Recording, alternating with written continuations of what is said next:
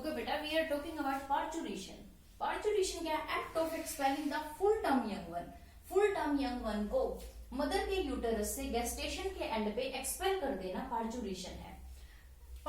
Gestation क्या है? Gestation period जब फिटस जो है के बर्थ से फिटस के फर्टिलाइजेशन से उसके बर्थ तक का जो टाइम पीरियड होता है, फर्टिलाइजेशन टू बर्थ तक का जो टाइम पीरियड है उसको गेस्टेशन बोलते हैं. In human beings it is 9 months and plus minus 7 days. In cat and dog it is 63 days. In elephant it is 672 days का gestation period होता है. अब parturition होगा कैसे? अब क्या है कि parturition is a neuroendocrine mechanism. It is a neuroendocrine mechanism. यानी कि न्यूरॉन्स और नर्वस सिस्टम और एंडोक्राइन ग्लैंड्स दोनों ही इसमें इन्वॉल्व है पार्चुरेशन में. जो सिग्नल है पार्चुरेशन के लिए वो कहां से ओरिजिनेट होता है? Signal for parturition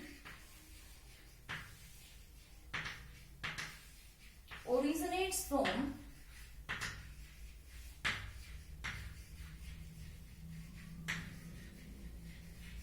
fully formed young one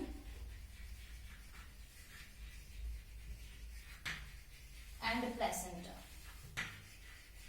जो सिग्नल है वो कहां से रिलीज होगा, कहां से ओरिजिनेट होगा?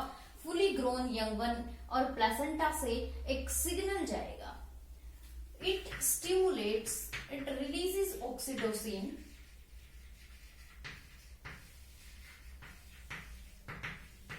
and causes uterine contraction.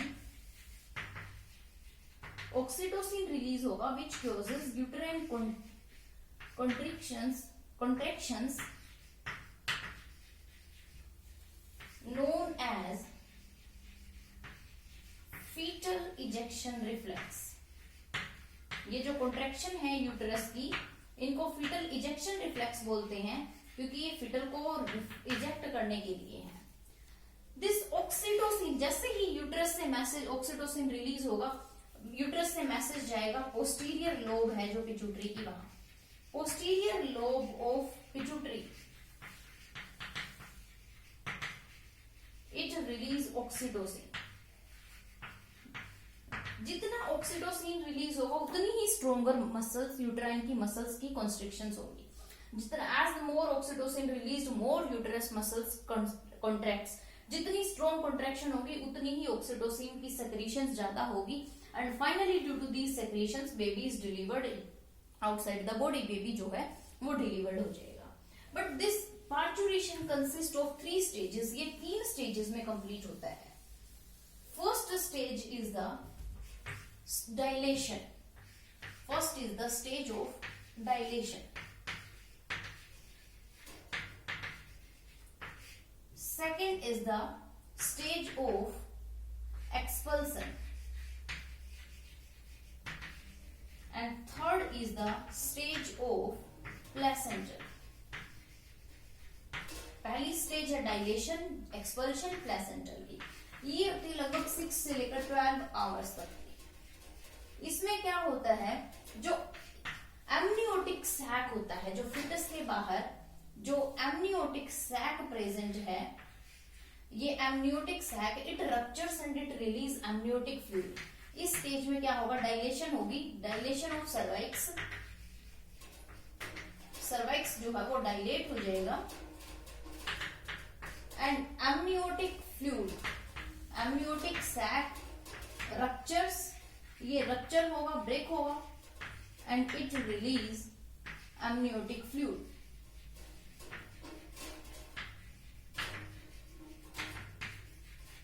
ये एमनियोटिक फ्लूइड रिलीज कर देगा थ्रू सर्वाइक्स. सर्वाइक्स और वजाइना के थ्रू एमनियोटिक फ्लूइड रिलीज होगा, that is dilation. Next stage है एक्सपल्शन की. इस स्टेज में ये जो है 10 मिनट्स टू सेवरल आवर्स तक की ये स्टेज होती है. इस स्टेज में क्या होता है?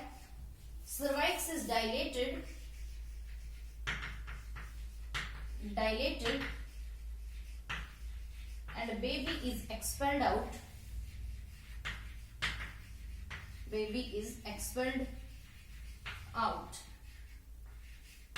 through cervix and vagina.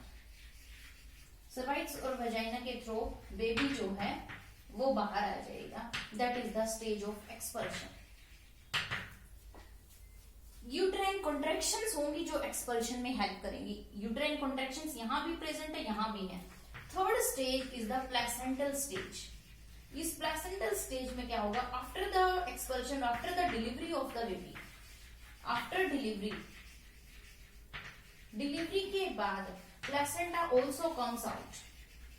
Placenta also comes out through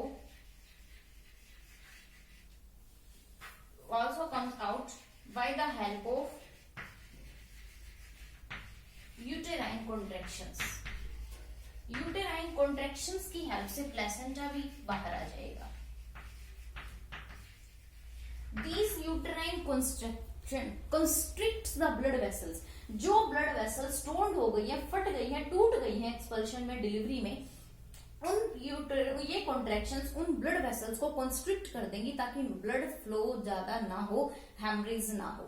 this is the parturition और the delivery of the baby. These are the 3 stages. Next stage after parturition is the lactation.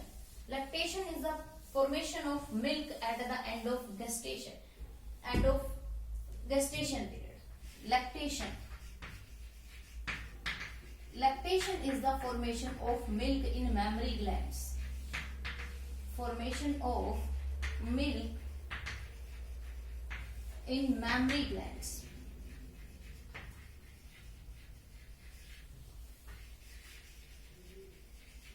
At the end of pregnancy.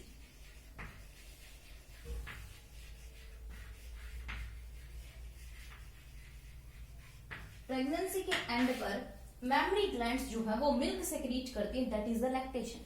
During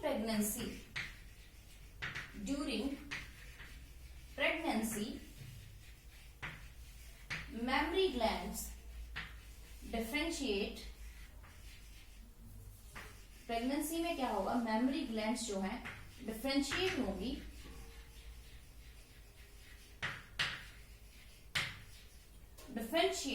and at the end of pregnancy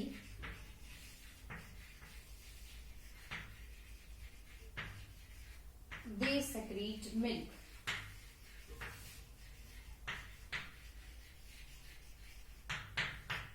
क्या है कि during pregnancy mammary gland differentiate होगी और at the end of pregnancy they secrete milk. वो milk secrete करेंगी. That is the lactation. और ये हमें पता है कि 2 हॉर्मोन्स इन्वॉल्व हैं इसमें. एक है लैक्टोजन. 2 हॉर्मोन्स इसके अंदर इन्वॉल्व हैं. हम ऑलरेडी पढ़ चुके हैं उनके बारे में कि एक तो प्रोलैक्टिन. 2 हार्मोन कौन कौन से? One is prolactin, another one is the oxytocin. Prolactin is responsible for formation of milk. Milk की फॉर्मेशन के लिए प्रोलैक्टिन रिस्पॉन्सिबल है और इजेक्शन के लिए रिस्पॉन्सिबल है oxytocin.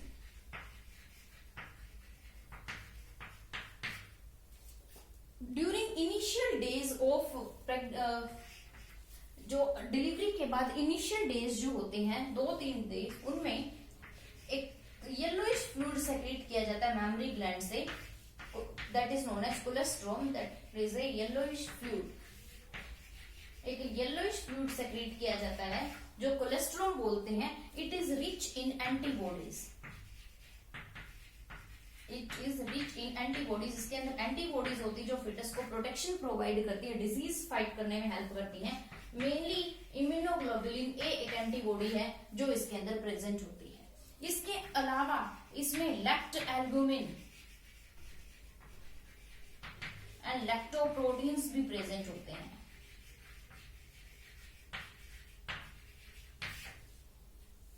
Okay, and doctor advised during initial days after pregnancy, in initial days में जो milk secretion होती है, that is very beneficial for the fetus because it contain colostrum which is rich in antibodies. जो antibodies हैं जो disease को fight करने में help करती हैं.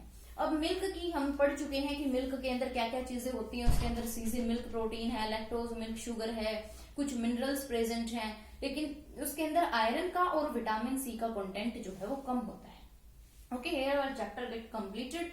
Thank you and have a nice day.